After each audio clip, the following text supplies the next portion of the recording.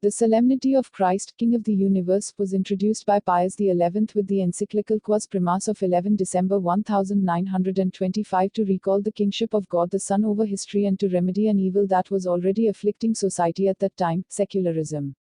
Italiano Espanol. Then Pilate said to him, "So you are king?" Jesus answered, "You say it. I am king." JN 18:37. The answer our Lord gave Pilate resonates today on the Solemnity of Christ, King of the Universe, introduced by Pius XI with the encyclical Quas Primas of 11 December 1925 to recall the kingship of God the Son over history and to remedy an evil that was already afflicting society at that time, secularism. Now, if we command that Christ the King be venerated by all the Catholics of the world, with this we will provide for the needs of the present times, bringing a very effective remedy to the plague that pervades human society, wrote Pope Ratti, going on to explain, the plague of our age is the so-called secularism, with its errors and its impious incentives. It was the era that saw the rise of atheistic totalitarianism, communism, and neo-paganism, Nazism, jointly responsible for over 100 million deaths and aimed at eliminating Christianity. In Mexico, at the same historical juncture, the tragedy of the Cristeros persecuted by the Masonic government was consummated. The expulsion of God from the public sphere had gradually come about in the wake of the Enlightenment, which inspired the French Revolution and other ideologies, which today, perhaps mutated, continue to proliferate. Their common element was the claim to be able to manage without Christ. Aware of the roots of secularism, Pius XI recalled lucidly that this godlessness did not develop in a single day but had long been festering in the depths of society. In fact, Christ's empire over all peoples was denied, the Church was denied the right, which flows from Jesus Christ's right, to teach, that is, to make laws, to govern peoples in order to lead them to eternal happiness.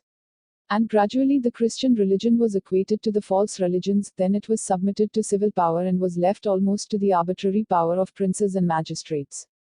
The Solemnity of Christ the King is celebrated on the last Sunday of the liturgical year in the ordinary form of the Roman Rite.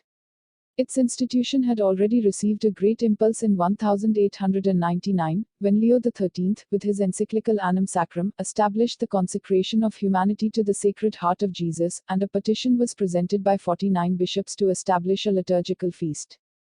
As proof of how urgently the people of God felt the need to honor the kingship of Christ, a second petition was presented to Pius XI at the beginning of his pontificate. The third and final petition was signed by 340 cardinals, bishops and superiors general, supported by 200 congregations and religious orders, 12 Catholic universities and hundreds of thousands of faithful throughout the world. It was a people aware that only by recognizing the royal rights of Christ, the beginning and ultimate end of all things, that not only the human heart but the whole of society can be enlightened. Society is called to obey first of all the law of its Creator if it wants justice and true peace to reign within it. The loss of the principle of authority, explained Pius XI, stems precisely from having removed the Redeemer from laws and society. Closing square bracket. From this derived a general disturbance of society. On the one hand, the pontiff remarked that we are waiting for the kingdom of heaven, where men will enter who will do God's will in penance and acceptance of the cross, this kingdom as opposed only to the kingdom of Satan.